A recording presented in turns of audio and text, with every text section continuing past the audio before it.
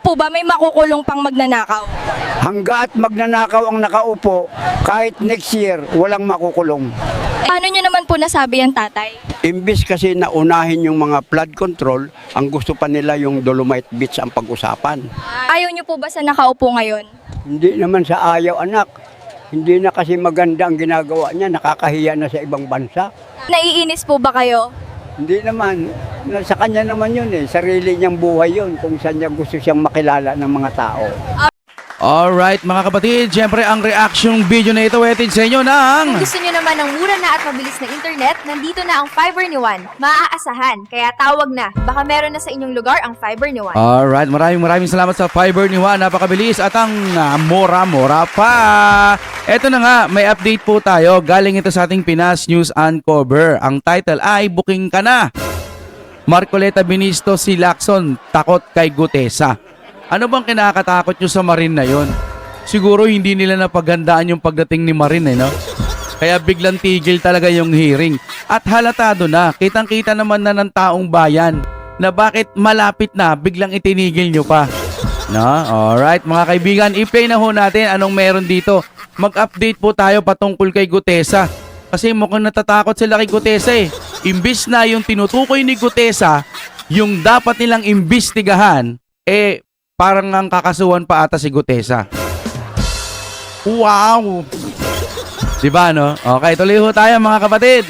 Si Orly Gutesa, ang pinaka-credible na witness sa pagdinig na ito. Si Gutesa, mas credible kaysa sa marami dito sa ating kapulungan. Gutesa ay mas matapang kaysa sa karamihan natin dito sa kapulungan ito. Hindi nga mapigilan ni Senador Rodante Marcoleta ang banatan si Senador Ping Lacson dahil sa inililihis na nito ng tuluyan ang investigasyon sa anomalya sa flood control. Di ba kung ikaw normal ka na tao, nakikita mo malapit na, bakit biglang inililihis nyo? Sayang ho. Sayang ang pagkakataon ng umupo kayo dyan, dapat ipinagtatanggol nyo yung katotohanan. Hindi. Bakit nagkakaganyan kayo ngayon? Halatado eh. Diba dapat pag malapit na sa katotohanan, dapat excited ka na mapuksa yung mga masasama. Ang kaso ang gusto nyong pag-imbestigahan, yung Gutesa. Yun nga nagsasabi, consistent yung pagsasabi. Diba? Talagang direct to the point pag nagsasalita. Tapos anong gusto nyo? Itigil yung investigasyon kasi malapit na. Labo nyo, men. Tuloy-tuloy po tayo mga kapatid ha. Imbes kasi na tumbukin at pananagutin ang mastermind ni si dating Speaker Martin Romualdez, ay ang pangunahing testigo na si Sergeant Gutesa ang hinahabol at pinakakasuhan dahil sa pagbunyag nito sa mga pinakapuno ng pagnanakaw sa kaban ng bayan. O di ba ang labo mga kababayan ko? Nagsasalita na yung karapat dapat. Sabi niya nga, hindi niya kailangan ng kahit anong protect, di ba? Kaya niya sarili niya. Saan tayo makakakita ng ganun? Nagtatanggol ka para sa bayan. Yung iba nga takot na takot, kailangan ko ng protection. Kasi, sila, nakatagpo sila ng Marine, agoy. Di ba? Hindi po ba sapat yung mga sinabi ni Gutesa? Napakatindi nun. Kahit anong sabi ninyo, na yung pinirmahan doon sa ano bang tawag doon, yung para magpapatunay pinirmahan tapos itinanggi ng pumirma na hindi daw yun kaso nanumpa na sa sa hearing di recorded na. Bakit bigla ngayon nagkandawalaan na? Bakit biglang nagkalas-kalas na yung hearing dyan sa Senado? Mabubulgar na. Tapos gusto nyo pang imbestigahan doon naman sa kamera yung Dolomite Beach. Wow! Dolomite Beach naman ngayon. Ano ba inaabol natin dito? Yung may nakikita tayong may project naman talaga na 300 million, di ba? O doon sa wala tayong nakikitang project, ghost project na bilyones, 200 billion, 300 billion na nawawala. Mga kababayan, gumising kayo. Hindi biro yung bilyon doon sa milyon. Ang laki ng diferensya. Sa milyon may nakikita, sa bilyon wala. Walang project. Tapos BBM pa rin kayo? Wow! Okay. Obvious di umano na pinagtatakpan ni Ping Lacson at Tito Soto si Romualdez. At tanong ng taong bayan, magkano ang kapalit nito? Doon nasira si School Bukol. Idol ko yun eh. Kaso, paboritong ng nanay ko yun. Kaya yun ang tawag ko, School Bukol. Paboritong ng lola ko yun. Ang lola ko, pinanunod niya yun dati daw. Natatawa daw siya. Ewan ko ba, bakit ganun? No? Ang idol ko na lang tuloy ngayon, Tito. Wala nang Tito, no? Ano na lang, Vic and Joey na lang ang idol ko. Nasisira kayo, mga mamin. Kung kailan nandiyan dyan na, bakit biglang ginaganyan nyo yung investigasyon? Binababoy ho ninyo. Ito'y base lang sa opinyon ko. Kitang-kita ho ng taong bayan, malapit ng mahuli kung sino yung mga sangkot. Tapos biglang nag-iba yung ihip ng hangin. Wow! Ang galing! Well, ganyan nyo gusto kayong makilala. Walang i-discredit si Gutesa. Hanggat maaari lang, siguro sa susunod na pagdinig, huwag na itong lumutang eh. Kasi hindi na rin matagpuan ngayon at hindi na malaman kung saan nila hahanapin. Oh, di ba? Doon sila natataranta. Diyan mo makikita ang kahalagahan Opo. ng testimony ni Gutesa. Ayun, oho. Kung naalala mo, nung nag-deliver ako ng privilege speech sa plenary, sabi ko, si Orly Gutesa, ang pinaka-credible na witness sa Tama. pagdinig na ito.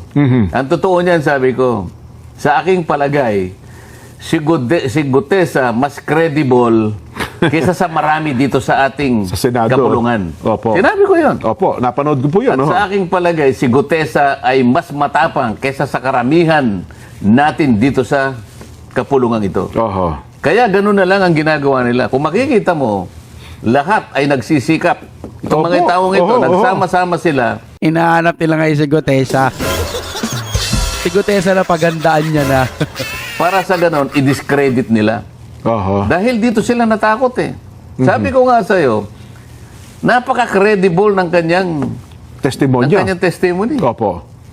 Imbes na ipatawag yung mga taong binanggit niya. Halimbawa, binanggit niya si Congressman Eric Yap. Opo. Nakita niya siya nagdala ng pera ron Opo, oho. Tinawag ba si Eric Yap? Hindi tinawag eh. Oho. Hindi ba pinakamaganda ron tatawagin mo para kung gusto mong baliwalain, i-discredit si Gutesa, paharapin mo si Eric Yap, siya mismo magsasabing hindi po totoo yan. Ganon dapat. Di ba? Nagturo si Gutesa. Ngayon, si Gutesa hinahanap, didemanda, paiimbestigahan. Pero yung mga tinuro ni Gutesa, wala. Normal ba yun? Hindi normal ang nakikita ng mga kababayan natin. O harap mo. Tinawag niya rin yung, sabi niya, yung nagbibilang at tumatanggap ng pera sa bahay ni Saldico, dyan sa Valle Verde, ay isang taong nangangalang John Paul Estrada. Opo. Oy. Oho. Tama ba, Estrada? Tama po. Opo. Oho. At saka Mark Texay. Oho. Bakit hindi mo ipatawag yun? Isip-isipin mo, napunta tayo doon sa pirma ng abogadang nagnotaryo. Oho. Samantalang yung malalaking tao na mag-uugnay kung Oho. totoo o hindi, doon nga natin mababalasa kung totoo nga sinasabi ni Gutesa, ipatawag mo. Oo. Oh, ayaw nila ngayon. Takot na takot sila ngayon. Kasi alimbawa, sige, kung walang kasalanan yung pinagtuturo ni Gutesa, di pumunta yung mga tinawag ni Gutesa. Di ba, malay mo, mali si Gutesa. Pero hindi sila sumipot. Ang gusto nilang idemanda ngayon, si Gutesa. Na ipatawag silang lahat. Bakit? Credible yung tao eh. Yun pala. Yun ang sagot mo sa tanong mo. Opo. Credible, kaya pinipilit nila. Ngayon. Pinipilit nilang gibain talagang si Gutesa, ito no? yung pinakahuli ngayon. Opo. Kahapon lang yata ito. Pinilit lang ako ni Defensor at ni Marcoleta. Isipin mo, para gibain. Ang tindi, Kasi no? talagang matindi yung kanyang Oho. Matindi ang kanyang pahayag at very credible. Oho. He has nothing to gain, he has everything to lose. Opo. Kaya pa lang sabi, hindi raw matagpuan. Kung ako naman si Gutesa, matapos ang aking statement binantaan siya eh. magtatago din talaga ako. May gusto siyang puntahan siguro. Puntahan siya para siguro takutin, para sa ganun o kaya operan siguro. Lahat gagawin nila para sa ganun ay yung kanyang testimony ay mabaliwala. Kaya siguro hindi matuloy-tuloy yung hearing ngayon. Kasi nga, ang may konekta lang siguro lang base sa opinion ko, si Marcoleta may konektado kay Gutesa. So pag halimbawang may hearing ulit, ito na, sige na, punta ka na rito. Yari na naman sila. Mawiwindang na naman sila. Ang matindi nun mga kapatid, paano kung hindi lang si Gutesa yung lumantad? Paano yung mga iba pang kasama ni Gutesa na marin din? Tapos tatanungin na naman iba to. Ikaw, kaya mong protektahan sarili mo? Opo sir, kayang-kaya ko. Wow! Nginginig na naman sila doon mga kapatid. May bantakin nyo, mismong tagapagsalita. Sabihin yung buong pamunuan ng Philippine Navy na nasa sa ilalim po niya ang Philippine Marines, abay nagpa-press con pa para lamang sabihin hindi namin kinukup-kup itong si Gutesa. Sapagkat parang 2021 pa yata na ito ay retiro at wala na po kaming Tarantala talaga. kaugnayan. Ano mang kaugnayan dito kay Gutesa. Yun po. Harinawa. Ganun ang lumabas na katotohanan. Pero, ang alam ko, base na rin sa pagsasalita ni Mike Defensor, mga katropa niya sa Marines. Hindi naman niya sinabing mismong opisyalis ng kasalukuyang pamunuan ng Philippine Marines. Talaga naman, mukhang ganun nga po ang mangyayari dyan. So, yun pala. Ngayon natin naunawaan at sana nare-realize din ng ating mga taga-subaybay sa kaya ko po pinabigyan ng emphasis sa inyo para ma-realize nila, ganun pala. Kaya pala ganun ang tindi ng pagsira sa kredibilidad nitong si Gutesa. Damaging pala. Ito ang pinakamabigat. Opo. Hindi lang pinakamabigat, napakatapang pa. Napahayag na nangyari sa pagdinig ng Blue Ribbon Committee. Kaya lahat ng bala ay pinipilit na ituon kay Orly Gutesa. Para sirain. Para sa ganun, pahinain yung inilabas niya na pagsasalaysay sa Blue Ribbon Committee. Biruin mo, di ba, no? Nung nilabas na, sabi ng ganun, yung panotaryo, di ba? Yun nga, nakalimutan ko kanina yung notaryo. Biglang ang lumalabas, peke daw yung panunotaryo nung ano. Ano ngayon kung peke? Nanumpa siya dun sa Senado. Ito, totoo. Tapos binasa. Di yun na yung record ngayon ng Senado. Wala naman palang kaso kung peke o hindi Pero isinalaysay niya doon, wala na. Ngayon, hindi naman talaga peke. Base lang sa aking opinion, malamang yung pumirma doon, hinanap ng mga taga-kabila at tinrabaho, inoperan, o kaya naman sinabi na, oy, itanggi mo bibigyan kita ng Chenilin Chuba Chuchu dyan. Bigyan kita ng kalachuchi. O kaya itutumba kita, sige. Ito'y vision ko lang. Ito'y hula ko lang. Pwedeng ganon. Bakit mo, pwede palang itanggi. Para saan pa ako nagpapanotaryo tayo? Kung pwede naman palang itanggi nung nagnotaryo. Kengkoy ang administrasyon ngayon. Yun lang ang napapansin ko. Tuloy tayo. Sa anumang paraan. At ang paraan na ginamit nila ay puro kasinungalingan. At meron pang lumutang na hinuha. Naku, yan anya, 30 minuto bago yung aming pagdinig. Dumaan sa opisina ni Senador Marcoleta, kitang-kita namin sa CCTV. Parang napakalaki yan yung parang ang dating. Naku, tinuruan yan. Kaya, parang ganun po ang Marinyan. gustong ipinta sa isip ng tao, Sen. ganun nga ang kanilang patakaran Okay. Para bang kasalanan ba? Krimen ba na yung tao ay pumunta sa opisina ng senador? May usapan nga kami. Di ba? Unang sinabi yun at ipinahayag na. Sabi ko, sige, hindi kita kilala. Ngunit kung talagang tama yung sinasabi mo dito sa salaysay mong ito,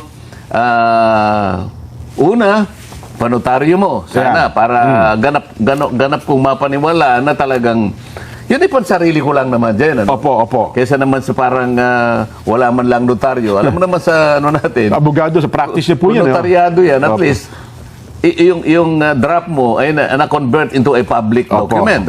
Kumbaga nasa tamang proseso. Eh kaso minsan, sometime, you need to bend low. Sabi nung kapit. Po, may kumpiyansa. Ika nga. Oo. Ngayon, kung halimbawa mapatunayan nila na hindi nga siya nakapirma, anong magiging problema doon? Kung halimbawa hindi siya, pero meron kang pinapirma, Oho. ang problema ninyong dalawa, yung pumirma at saka yung nagpapirma. Tama. Hindi ba? Pero yung kanyang testimony, hindi nawawala ng bisa yun. Oho. Sapagkat humarap ka eh. Oo. Nanumpa ka din sa kanila eh. Yun. Nanumpa ka eh. Yun ang usapan dyan. Yun pala. Pati ho yung lugar na pinagkitaan nyo eh. Pati restaurant eh. Pinayata yung mga video footages eh. Taragis no? Piruin mo, inuna pa nilang imbestigahan yung mga ganon.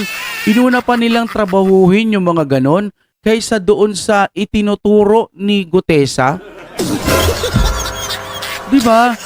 Sir, mga ma'am, BBM pa rin kayo.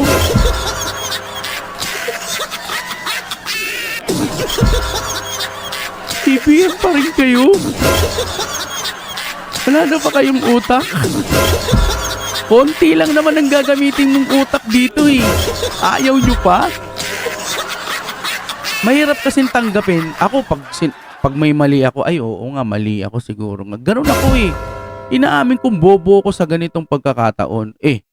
Masama ba na magkamali ka? Masama kung makakaapekto sa sarili mo siguro. Pero minsan tumanggap ka ng pagkakamali mo. Ay, oo nga no, may pinupunto itong si Deng TV. Ano? Hindi naman din tayo matalino. Nakikinig lang din tayo. Base lang sa ating pag-unawa, sa ating opinion. Sa tingin nyo, tama yung ginagawa nila kay Gutesa? Tapos, tama ba na hindi nila imbestigahan yung mga binabanggit ni Gutesa? Ganun-ganun na lang yun? Tama ba na hindi na itutuloy yung hearing? Tama ba na pinalitan nila yung blue ribbon, etc.? Malapit nang mahuli. Mga kapatid, magmasid-masid po tayo. Huwag tayong magpapalin lang ng ganun-ganun sa mga nakaupo ngayon. Matatalino ng tao, kahit ipalabas nila sa bias media, may media na, may social media na. Oh my God, we're back again. Come on.